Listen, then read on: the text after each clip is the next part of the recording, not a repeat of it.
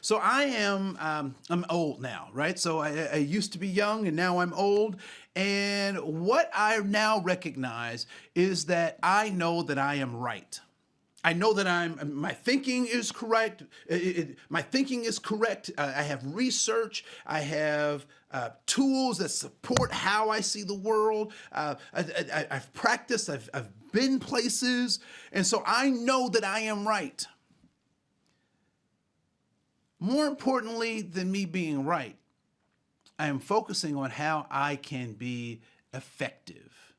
And so when we talk about this idea of cultural competence, it's not about being right, right? So primacy would say I'm basing everything off of my existence, and things are either aberrant or unnatural, not normal according to my existence, which may or may not be right.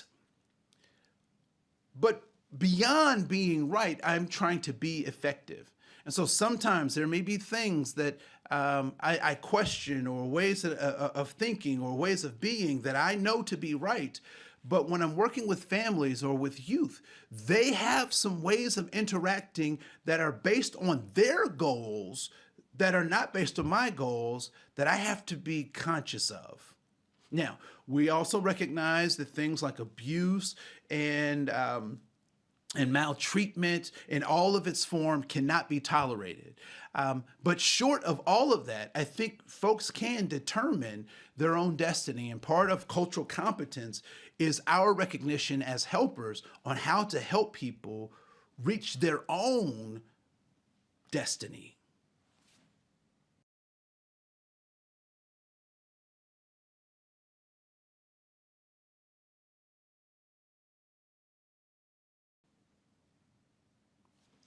All right, so we're going to talk a little bit about a case. I'm going to give you a case, and there's some things I want you to think about in this case. So the case is Amy's story. So Amy is based on a real case, but we changed names in some situations to protect the juvenile's identity, right? So Amy is a real case, but we changed some things. As you listen to Amy's case, I want you to ask yourself, with Amy's behaviors, what is she after? Right? So I want you to look at that.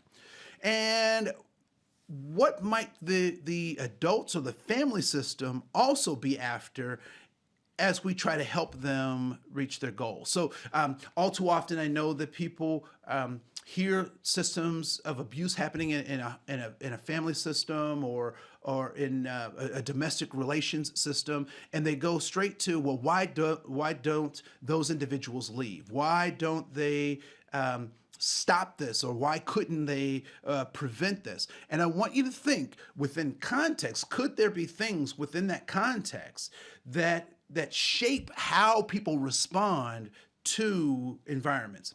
Here's another example. I believe that there are no poor people, right? So when we talk about poor people, we put the onus on the individual. It is my belief that we have people who are responding to a system of poverty, right? So a system that's designed to take wealth from them, and so they develop these skills, these abilities, these mindsets in order to deal with a system of inequity. And so as we look at Amy's story, I want you to think about the larger system that could be impacting everyone's decision making in this in this situation. And then what would you do as a professional and when encountering this family and trying to help them drive towards a solution that is theirs, and make sure that everyone is safe and able to develop to their fullest potential. All right?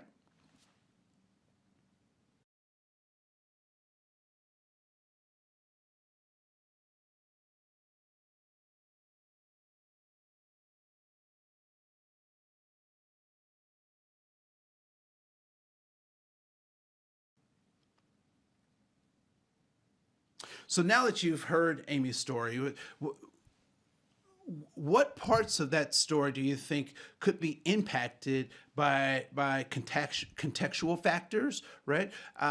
Like race or sexual orientation or immigration status. If we look at those, all of those, and how those intersect, should your approach to helping the family system solve this problem take into account those intersectionalities or those individual uniquenesses that, when we put them all together, could create a different outcome for one constellation of differences versus another constellation of differences? So I want you to think about that as you move forward through the rest of these units.